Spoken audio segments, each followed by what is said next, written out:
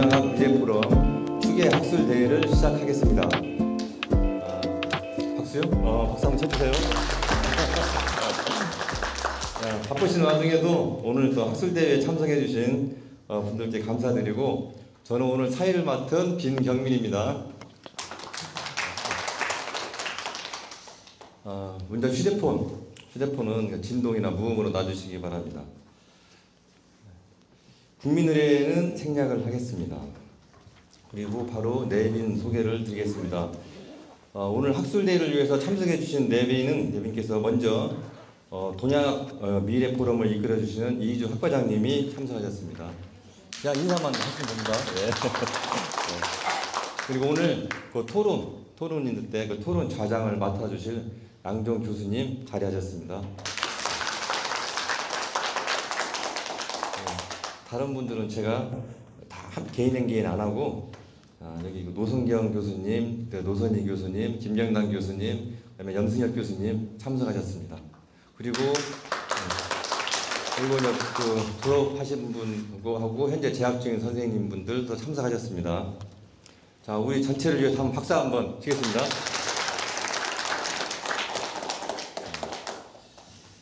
그리고 학과장님 개회 인사 부탁드리겠습니다.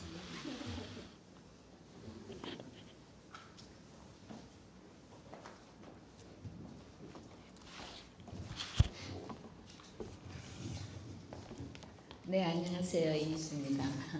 매년 1년에 2차례씩 우리가 학술회의를 하는데, 오늘은 이제 25년 추계 학술대회입니다. 그런데 이번에는 발표하실 분이 한 분밖에 안 계셔갖고, 그래서 부득이하게 제가 올해도 명성황후 시에 130년 되는 해이라서 좀 의미가 있어서 제가 특강을 하게 됐습니다. 그래서 모쪼록 이제 우리 학술회의가 항상 여러분들에게 학문적으로 성장하는 그런 장이 되기를 기대하겠습니다. 자, 오늘도 많은 관심과 또 여러분에게 유익한 시간이 되시길 바라면서 인사 말씀 마치겠습니다. 감사합니다.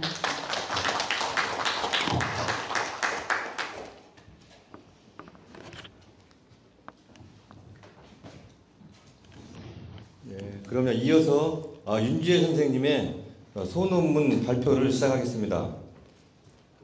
나오시고, 나오시고, 자, 발표 주제는 이석대천의 철학적 의미와 현대적 해석으로 주제로 발표하시는데요. 윤지혜 선생님을 응원한다는 의미로 큰 박수 쳐주시기 바랍니다.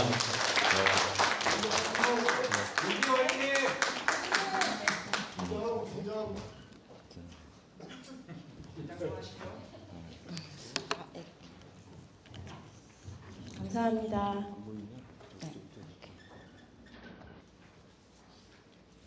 네, 안녕하십니까. 동양학과 4학기 석사과정 윤지혜입니다. 지금부터 이석대천의 철학적 의미와 현대적 해석 주역 수천수 개를 중심으로 소논문 발표를 시작하겠습니다. 먼저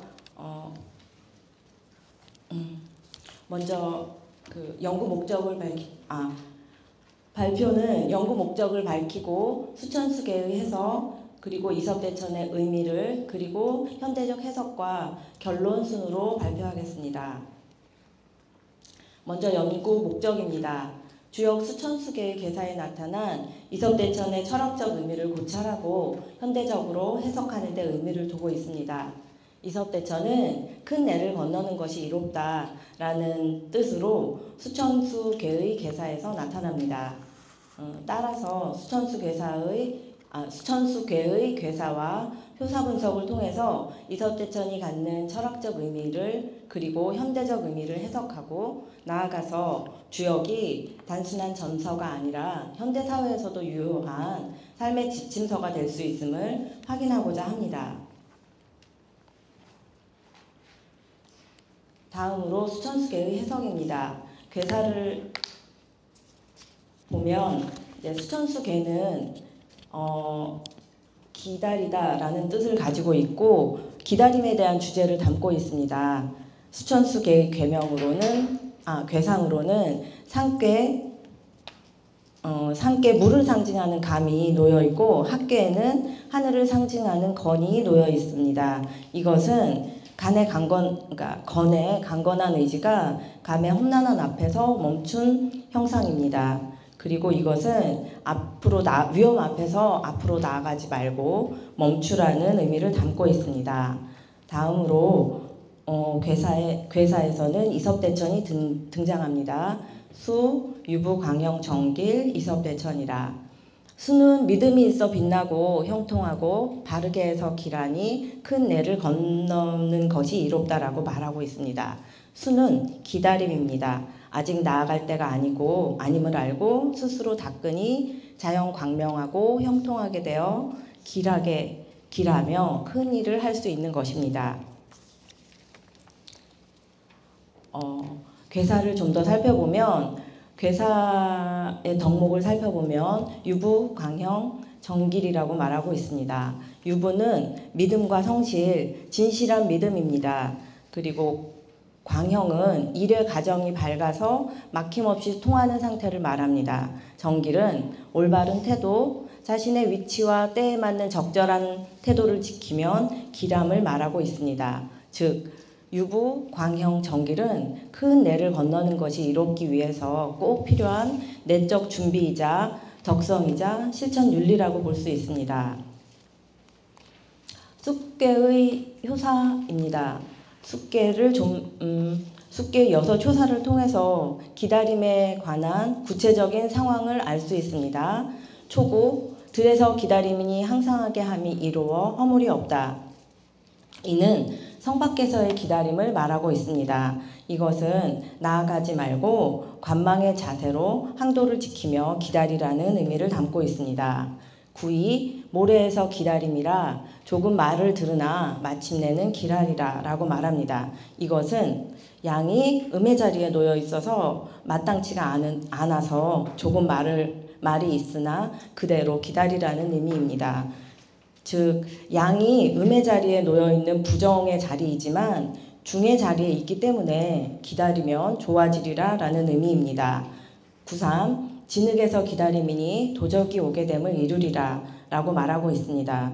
이것은 산께 물의 험함과 구이 모래 사이에서 기다림이고 매우 위태한 상황입니다. 양의 강건함으로 움직이면 화를 당한다는 의미로 매우 삼가하고 위험을 경계하라는 메시지를 담고 있습니다. 6.4는 피해서 기다림이니 구멍으로부터 나오도다. 위기의 절정에 놓인 기다림이라고 볼 수 있습니다. 이것은 학계 양들과 싸우지 말고 타협하고 양보로 길을 내어주는 것으로 극한의 회복을 말하고 있습니다. 9.5는 술과 음식으로 기다림이니 바르고 길하니라. 일상에서의 예를 갖춘 기다림이라고 할 수 있고요. 중도로서 정도를 행하니 길하다라고 말하고 있습니다.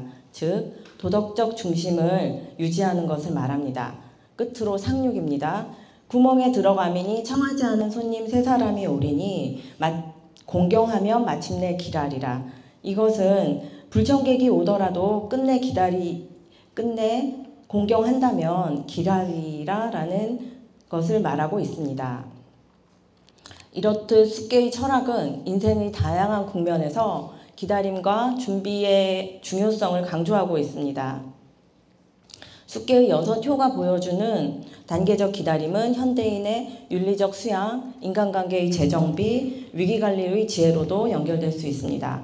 즉 도덕적 중심을 지키고 준비된 기다림은 반드시 때가 온다는 확신에 근거한 신념입니다.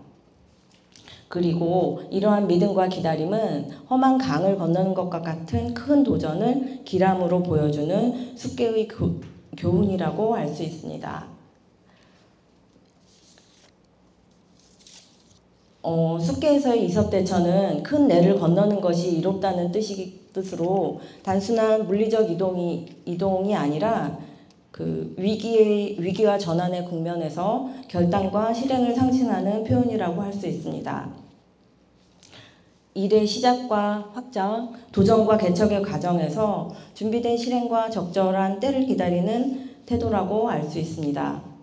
이섭대천은 주역 64개 중 7개 개사에서 등장합니다. 이것은 7개 개사들은 각 괴마다 다른 국면에서 변화와 결단의 시기를 별도로 상징하고 있습니다. 이 중에서 숙계의 이섭대천은 믿음 속의 기다림이라는 뜻이고요. 신뢰, 밝고 형통함, 올바름의 내적 준비를 통해서 도전과 개척 과정에서 준비된 실행과 적절한 결단으로 기람을 얻는 삶의 원리를 제시한다고 할 수 있습니다. 따라서 이섭대천은 성실함과 발음을 전제로 한 기다림 이후의 결단과 도전을 상징합니다. 기다림의 덕성이 충분히 축적된 이후에 비로소 감행될 수 있는 실천적 윤리라고 할 수 있습니다. 이섭대천은 인내와 준비, 기다림의 중요성을 강조하고 있습니다. 때와 지위의 올바른 움직임을 강조합니다. 이러한 것은 신뢰와 정당성을 기반으로 한 실천의 타이밍을 알려주는 중요한 메시지로서 현대사회에서도 유의미함을 알 수 있습니다. 준비 없는 실행은 무모함이며 신뢰와 발음의 덕목 위에서 준비된 실행은 기회임을 알려줍니다. 마지막으로 결론입니다. 지금까지 숙계의 괴사와 효사를 중심으로 구조와 의미를 분석하고 현대적 의의를 해석해서 주역이 단순한 점서나 고전이 아니라 현대사회에서도 유효한 삶의 지침서가 될 수 있음을 확인하였습니다. 숙계의 이섭대천은 유부, 광형, 정길의 덕목을 바탕으로 실천을 준비하는 기다림의 철학을 제시하고 있습니다. 현대 사회의 기업 위기 대응, 리더십, 개인의 회복 탄력성 등 다양한 영역에서 숙계의 기다림의 철학은 유효하다고 할 수 있습니다. 발표에서 다 말씀드리지는 못했는데요. 이섭대천의 현대적 적용 예시는 논문에 실려 있음을 알려드립니다. 끝으로 숙계의 이섭대천은 험난한 상황을 예측하고 신뢰와 바른 덕목 위에서 준비된 실행을 통해서 위기를 기회로 전환하는 원동력이 될 수 있음을 현대의 우리에게도 알려주고 있습니다. 이상으로 발표를 마치겠습니다. 감사합니다.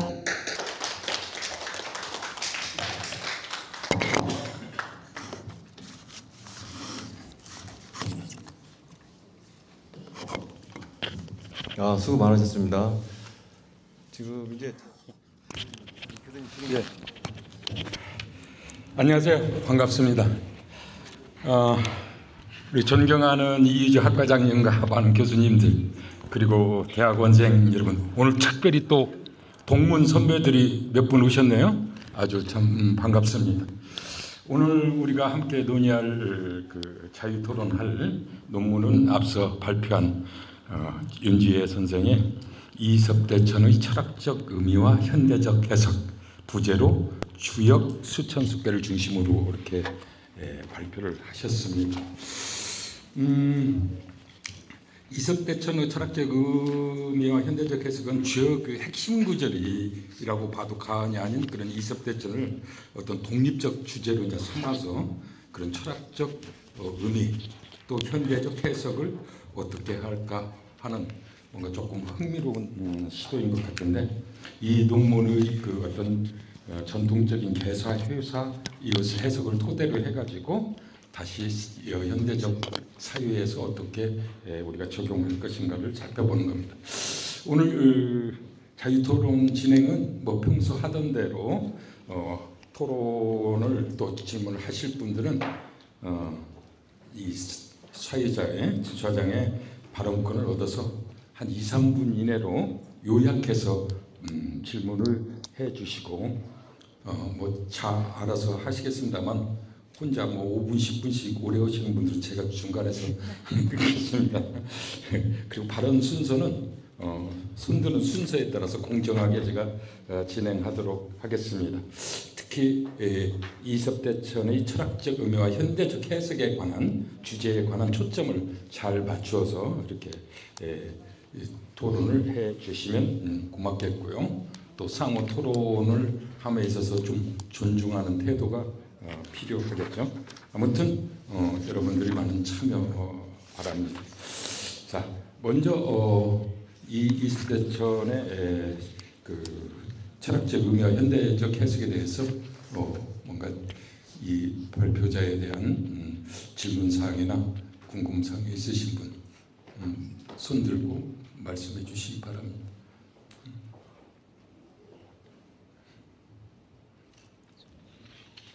논문을 너무 잘 쓰셔서 완벽해서 어디 질문할 것이 없는가요? 사실 제가 좌장만 안 맡았으면 질문을 저는 이렇게 몇 페이지 써왔어요. 질문을 자, 근데 좌장을 하고 보니까 이게 질문도 못하고 지금 6페이지나 써왔어요. 뒤에 따라서 내가 진짜요? 아니 질문을 하셔야지. 좌장이 허문은 이건 안 되지. 예, 우리 염승엽 교수님. 우선 오늘 아마 혼자 발표하시느라고 상당히 떨리고 긴장을 많이 하셨을 때는 너무 수고하셨고요. 그다음에 전반적으로는 또 지도 교수님께서 잘 지도를 해주셔가지고 아주 특별히 나무랄 데 있는 그런 소논문이라고 보이진 않는데, 다만 제가 볼 때 약간 아쉽다고 보여지는 측면만 말씀드리면, 지금 이제 어쨌거나 이제 제목 자체가 이섭대천의 철학적 의미와 현대적 해석이지 않습니까? 그럼 이제 이 논문의 핵심은 현대적 해석에 있다고 봐도 과언이 아니지 않습니까? 근데 이제 저는 이제 항상 보면 주역이라고 하는 것은 그 본질은 점학이라고 저는 생각을 하는 입장이어서 현대적 해석을 하려면 이 본질이 포함이 됐어야 되는 게 아닌가. 그럼 본질이 포함이 되려면은 해석을 할 때 점학이라고 하는 것은 누군가가 뭔가를 사안을 묻거나 질문을 하거나 어떤 그런 거에 있어서의 한마디로 이제 그러니까 인과론으로 말하면 어떤 원인값이 있을 때 결론이나 어떤 해석을 그러니까 답변을 줄 때 그것을 이섭대천의 현대적 해석을 가지고 어떤 그 질문에 대한 해법을 제시하면 좀 더 이 주역의 본질에 맞다고 생각을 하는데, 이 논문의 지금 본문은 전반적으로 그냥 사회적인 어떤 측면을 바라보는 일반론에 너무 그쳐 있다 보니까 사실 어떻게 보면 이제 좋게 보면은 전반적으로 잘 해석했다고도 보여지지만 약간 냉철하게 보면은 그냥 뭐 좋은 얘기 갖다 이렇게 붙이는 것 같은 사실 약간 명리로 말하면 이연령 비연령 같은 느낌이 살짝 느낌이 든다. 그래서 만약에 이것을 좀 더 확장해서 석사 논문으로 쓴다면 이 본질적인 부분이 좀 포함이 돼서 실제 그 주역을 실용적으로 활용하려고 하는 사람들한테 좀 도움이 됐으면 좋겠다는 일단 그런 바람 정도 말씀드려 봅니다. 이상입니다. 그에 대한 답변이나 하고 싶은 거 있습니다. 좋은 지적 감사드리고요. 저도 소논문도 쓰고 이것을 주제로 그러니까 석사 논문도 준비를 하고 있는데 그 부분이 늘 좀 부족하다고 저도 생각을 하고 논문을 쓰고 있습니다. 근데 이 주역이라는 그 특성상 명리는 어떤 부분에 이제 사주팔자라는 게 명확히 드러나는데, 이것은 주역이라는 점은 그 점자가 와서 어떤 사안을 묻느냐에 따라서 이 괴의 해석이 달라지고 있더라고요. 그리고 그 상황에서 효가 어떻게 움직이느냐에 따라서 결론들이나 해석이 좀 달라지는 경향들이 많아서 그것을 좀 어떤 측면에서 좀 집중적으로 그러니까 명리는 좀 사례적인 측면들을 많이 구할 수 있는데, 이 주역이라는 부분은 이런 사례적인 부분을 구체화시켜서 하기는 굉장히 좀 논문을 쓰면서 어려움이라고 느꼈고요. 그리고 이것은 이후에 주역으로 공부를 하시건 깊이 하시는 부분에서 조금 더 연구가 되어야 되는 부분 아닌가. 그래서 실질적으로 논문을 쓸 때 이것이 어떻게 하면 본질적으로 그 점사에게 명확한 해답을 줄 것인가라는 부분들은 제가 논문을 쓰면서 느꼈던 건 원문을 잘 해석하고 그리고 현대적으로 이것을 어떻게 그러니까 잘 풀어내는가, 이런 부분에 대한 그 고민을 좀 더 한다면 그 점사가 점자가 왔을 때 정확한 어떤 사례들이나 이런 것들은 좀 할 수 있지 않은가. 그리고 제 논문에 그 부분이 좀 한계라고 저도 느끼고 있습니다. 느끼고 있고 어떻게 하면 좀 현실적으로 좀 더 잘, 그러니까 실제적인 예들은 좀 풀어낼 수 있을까라는 고민은 계속 하고 있는데 지금 답을 좀 더 연구가 필요하지 않을까, 더 공부가 필요하지 않을까라는 생각을 했습니다. 감사합니다. 예, 질문에 답이 되셨습니까? 예, 흡족하지는 않으시겠지만 나름 고충을 발표한 것 같습니다. 또 다른 선생님들, 예, 노성경 교수님.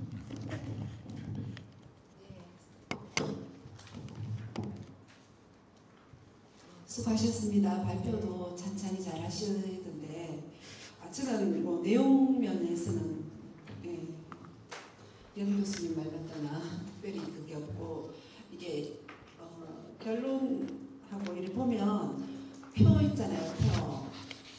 이 논문에는 물론 본 논문에는 표가 들어가겠지만 이 소논문인데도 표로 뭔가 좀 표 1, 뭐 6표까지 있으니까 그 정리를 하면 눈에 쏙 들어오지 않을까. 제가 이렇게 한번 썩 읽어봐서 아 좋은 말이네 하고 끝냈는데 뭔가 딱 표로 딱 보여지면 머릿속에서 더 선명하게 남지 않을까. 네. 하나 구한다고 못 봤습니다. 감사합니다. 네. 또 다른 분 질문이나 뭐 토론할 내용이 있습니까?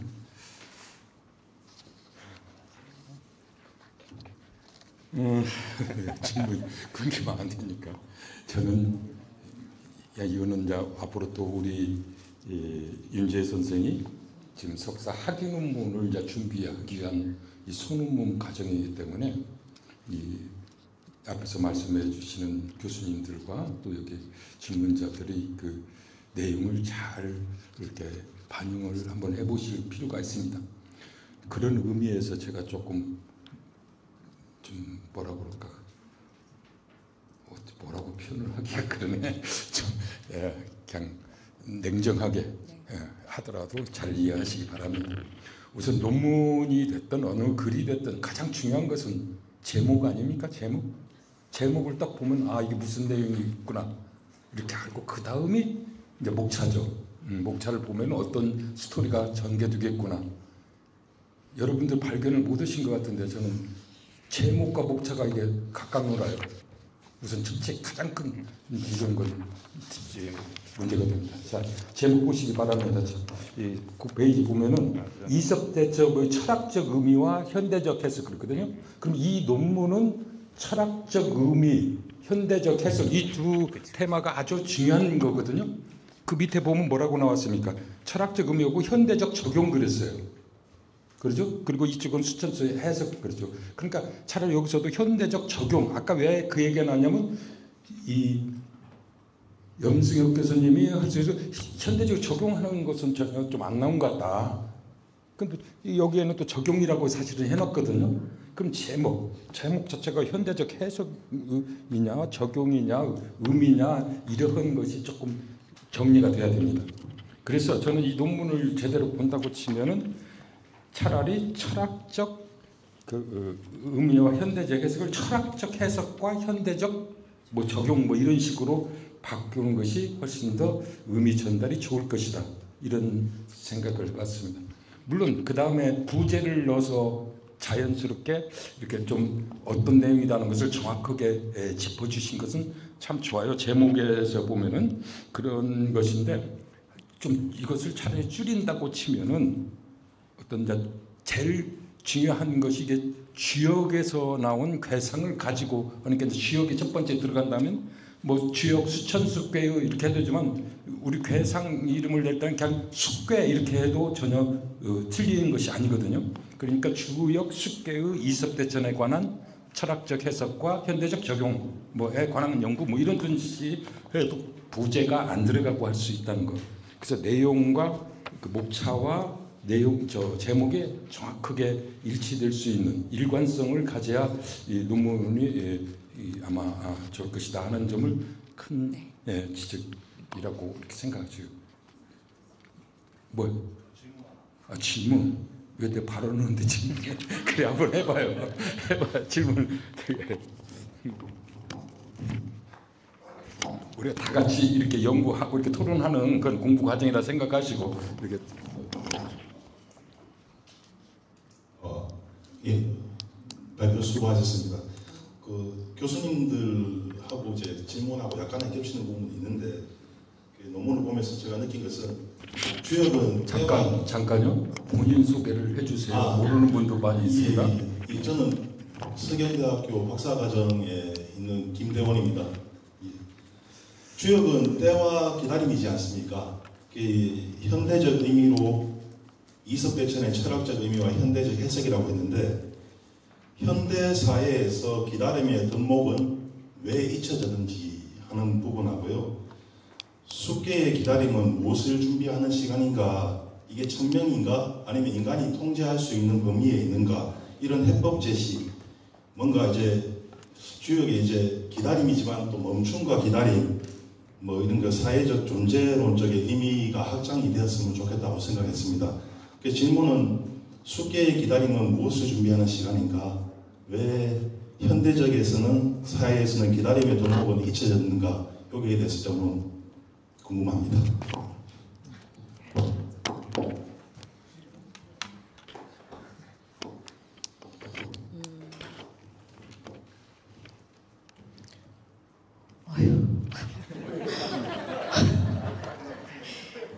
제가 철학적으로 박사과정이 질문한다고 쫄을 필요 없어요. 좀 쫄게 질문을 하시긴 하셨는데 일단 숙계의 기다림은 괴사에서 가장 명확하게 드러난다고 생각합니다. 그 기다림이 그냥 단순한 기다림이 아니라 그 숙계라는 괴상이 먹구름이 잔뜩 끼고 그리고 그것을 그 비가 내리기를 기다리는 의미거든요. 그러면 그것은 위험을 그 점을 친 자가 위험 앞에 서 있을 때 나아갈 것인가 나아갈지 말 것인가에 대한 그런 기다림인데 그 기다림은 믿음이죠. 그러니까 그것은 반드시 나아가야 되고 비가 온다는 믿음이고 광형 그 기다림이 밝고 형통하고 그리고 정길 그 마음의 그 점이 정한지 바른지 바르지 않은지 그 덕목을 가지고 기다리는 기다림이라고 볼 수 있습니다. 그래서 괴사에 나타나는 기다림을 그대로 이해하시면 될 것 같고 현대적으로 기다림의 의미요? 의미라고 저는 결론에서 현대적에서 현대적 해석이니까 네네네. 이 현대 사회에서 기다림의 덕목이 왜 사라졌는지에 대해서 한번 제시를 했으면 좋겠다는 마음이 있었습니다. 기다림의 덕목이 사라졌다고 그 부분은 그거는 이제 그러니까 보시는 관점에 따라서 서로 다 다를 수 있다고 저는 생각합니다. 저는 기본적으로 현대사회에서도 기다림은 사라졌다고 생각하진 않고요. 그것이 이제 제가 간단히 예를 들었던 기업적인 사례나 사회적인 측면이나 개인 심리 회복 이런 부분에서 어찌됐든 우리는 원하든 원하지 않든 기다림의 과정은 필요하다고 생각합니다. 그것이 손을 놓고 기다리는 게 아니라 점을 쳐서 숙계가 나왔을 때 반드시 바른 마음과 또 한 번 얘기하지만 바른 마음과 밝고 형통함 그런 덕목들을 가져야 하는 기다림 이것도 다른 어떤 해석도 필요 없이 현대적으로도 꼭 필요한 덕목이라고 생각합니다. 답변이 되셨는지 좀 부족하지만 질문 감사합니다. 예, 우리 노선희 교수님. 우리 또 노선희 교수님은 지역 전공을 하셨으니까. 질문이 아니고요. 예, 된 거예요? 마이크 안 된 거 같은데? 예, 질문은 아니고요. 좀 보조해서 답을 드리자 그러면은 하늘에서 비가 온다고 하는 거는 이제 성인의 은덕입니다. 성인의 은덕이고 우리는 이제 성인을 본받아서 늘 수양해야 되는 우리가 이제 군자의 덕목을 갖췄다고 생각을 했을 때 이게 이제 무엇을 기다리는가 이렇게 이 질문에서 우리는 늘 수양하고 닦아서 덕을 닦아서 성인을 닮아가려고 하는 그 모습 그래서 언젠가는 때가 돼서 우리도 깨달음을 얻고 성인을 닮을 수 있는 그 시간에 대한 기다림이 좀 철학적으로 좀 잡혀 있다라고 하면 조금 도움이 될까 싶기도 하고 예. 그 다음에 이제 그 기다림이 잊혀졌다라는 메시지는 사실은 저도 지금 잘 모르겠고 근데 이제 적어도 우리 이렇게 같이 공부하는 우리 선생님들이 성인을 닮아가려고 하는 그 군자의 모습으로 닮아 있지 않는가 그래서 우리도 때가 되면은 예 성인을 닮을 수 있다 이렇게 좀 철학적으로 말씀드리고 보조적으로 예 마무리하겠습니다. 네. 그 아까 지금 질문은 현대적 해석에서 이 기다림이 무슨 기다림이냐 이러한 거고 현대적으로 적용한다고 하면 어떻게 할 거냐 이런 문제를 우리가 한번 생각해 봐야 되는데 여기 지금 본인이 써놨어요. 결론에도 써놨는데 지금 답을 안 오셔서 난 좀 갑갑해요. 자기가 써놓고 안 자 정확하게 해놨어요. 여기 이섭대천은 준비된 기다림이라고 했어요. 준비가 안 됐으면은 안 된 상태에서 하지 말아라. 뭔가 철저하게 준비를 해라. 그게 조건부 도전이에요. 그냥 막 하는 것이 아니라 준비한 상태에서 해야지 하지도 않고 강을 걷는다? 이거는 문제가 생긴다. 위기다. 이게 위기가 닥쳤을지언정 우리가 잘 준비하고 정리하고 뭔가 기다리면서 정당성을 확보하고 모든 그런 것을 해결할 요소를 한 뒤에 하라 이런 얘기거든요. 그래서 준비된 기다림, 준비된 도전 이것이 이 이섭대천의 가장 핵심 키워드라고 보시면 돼요. 그게 철학적 의미라고 뭐 여기 지금 제가 보면 26페이지에 보면 그게 나왔어요.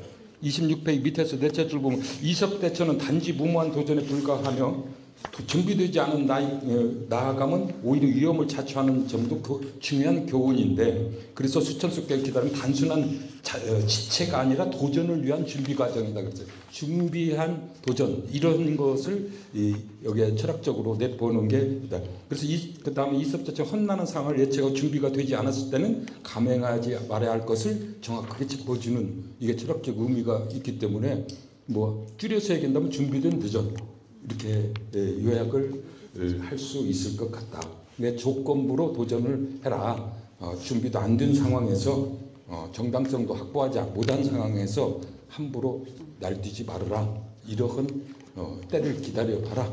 이러한 내용이 이 이섭대천의 가장 핵심이기 때문에 그런 것이 이제 철학적 의미가 아닐까 저는 그렇습니다. 그 외에도 이제 이것을 아까 현대적으로 해석하려면 뭐 개인적인 측면이 됐든 회사 기업 경영이 됐든 어느 예를 하나 탁 들어서 한다고 치면 훨씬 더 와닿을 수가 있는데 그냥 좀 수사적인 말만 써놨어요. 좀 그게 조금 아까 지적한 대로 좀 적용하는 면에서 좀 아쉽다 하는 점인데 본인이 써놨는데 지금 본인이 그걸 말 안 해서 이거 너무 그냥 아무튼 제가 정리를 해봤습니다. 네. 또 다른 분 질문. 네. 없으면 제가 예, 우리 박 과장님. 저는 사실은 질문 안 드리려고 했는데 이제 백민생께서 하시면은 거의 결론인 듯해서 그 전에 제가 한 말씀 드립니다. 지금 현대적 해석, 현대적 적용, 해석보다도 적용이죠. 요거를 아까 백민생께서도 좀 수사적이다 하고 또 이제 다른 지금 김쌤도 뭐 이제 기다림이 뭐 없다 뭐 한 그거는 관점에 따라 다른데 거기에서 나온 것이 뭐냐면 현대적 적용이라고 할 때 이 기다림이라는 것에 구체적인 내용을 조금 밝혀줬으면 좋겠어요. 왜냐하면은 정당성을 확보한다. 아까 지도 교수님께서도 이게 우리가 성인의 모습을 닮아가는 거 그렇게 하지만은 지금 현대사에서 성인의 모습을 닮아간다면은 이거 그냥 백명선생님 말씀하신 것처럼 수사에 그치거든요. 그러니까 이게 구체적으로 뭔가를 윤지혜 선생님이 생각하는 구체적인 게 뭐냐. 그럼 저 같은 경우 이걸 갖다 쓰라고 하면은 타인 간의 공존이라고 생각합니다. 타인하고 우리가 어떻게 공존을 하고 공감을 하는가. 그러니까 이제 누가 내담자가 왔을 때 자기 어떤 질문을 이제 고민을 상담할 때 전부 다 관계성이잖아요. 그럼 이걸 갖다 적용을 할 때 그 관계에서 어떻게 이 위기를 극복할 것인가는 결국 관계에서 어떻게 그 위기 갈등을 인식해서 이걸 갖다 풀어나가는가 그 문제니까 이건 제 생각인데 그거 하나 참고하시면 어떨까 합니다. 네. 마이크 잡고. 교수님 감사합니다. 네. 예, 또 과장에 의해서 보완할 내용이라고 할까 이렇게 정리를 해 주셨습니다. 또 다른 궁금한 사항이나 워낙 또 논문을 잘 썼지만 이제 여러 선생님들께서 말씀해 주신 내용을 잘 참고해서 또 이 내용을 가지고 학위 논문 쓰는 거죠? 석사비에 좀 더 그때는 더 멋진 논문이 박사학위 같은 석사 논문이 나오기를 기대해 봅니다. 조금 아쉬운 점은 우리 지금 이제 이섭대천에 관한 등장하는 이제 학위 논문에는 괴상들이 많이 있잖아요. 이런 게인가 그것도 나오는가요? 거기에는 네. 본 논문에는 나오죠. 이제 그런 것도 비교해서 아까 우리 표로 이렇게 딱 정리해서 북께서는 어떻고 동인께서는 어떻고 뭐가 어떻고 하는 것을 일목요연하게 보면 이게 이섭대천이구나 이렇게 알 수 있도록 정리해 주시면 좋을 것 같고요. 아무튼 그런 철학적 해석, 현대적 적용 이 테마를 두 마리 토끼를 다 잡으셔야 됩니다. 그래서 막 그냥 글만 막 그럴듯하게 쓰는 것이 중요한 게 아니니까 그런 내용을 잘 하시는데 근래 제가 여기 와서 예사경대학교에서 강의하면서 이렇게 좀 보면은 논문 이렇게 뭐라고 할까 주역에서도 이제 상수역과 의력을 본다면 의력 쪽에 이런 논문 쓰는 것이 쉽지 않은 텐데 잘 한 것 같아서 기대가 되고 그렇습니다. 아무튼 수고 많으셨는데 잘 정리해서 좋은 논문 만드시기 바랍니다. 네, 이상으로 마치겠습니다. 제가 지금 잠깐만 한마디만 드리겠습니다. 제가 실은 논문을 쓰지 않으려고 발뺌을 했다가 우리 학과장님이 저에게 조언을 해주시고 쓰라고 하셔서 제가 여기까지 왔습니다. 그리고 정말 부족하고 어린 저에게 저를 밤낮으로 지도해 주시는 우리 노선희 교수님 이 자리가 아니면 제가 감사를 못 드릴 것 같아서 다시 한번 감사드립니다. 감사합니다.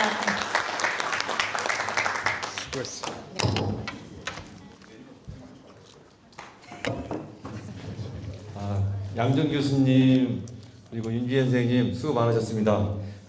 토론을 마치겠습니다. 그리고 잠시 한 10분 쉬시고 그리고 2부에 이조 학과장님의 특강이 있겠습니다. 10분 쉬겠습니다. 자, 여러 장 찍을게요. 여러 장. 자, 하나, 둘, 셋. 하나, 둘, 셋. 자, 표정 바꿔서 하나, 둘, 셋.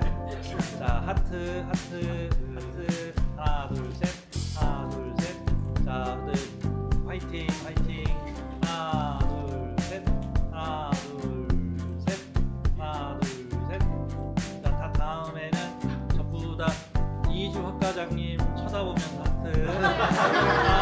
하나, 둘, 셋. 한 번만 더. 하나, 둘, 셋. 이번에는 백민 교수님 몰아주기 하트. 하나, 둘.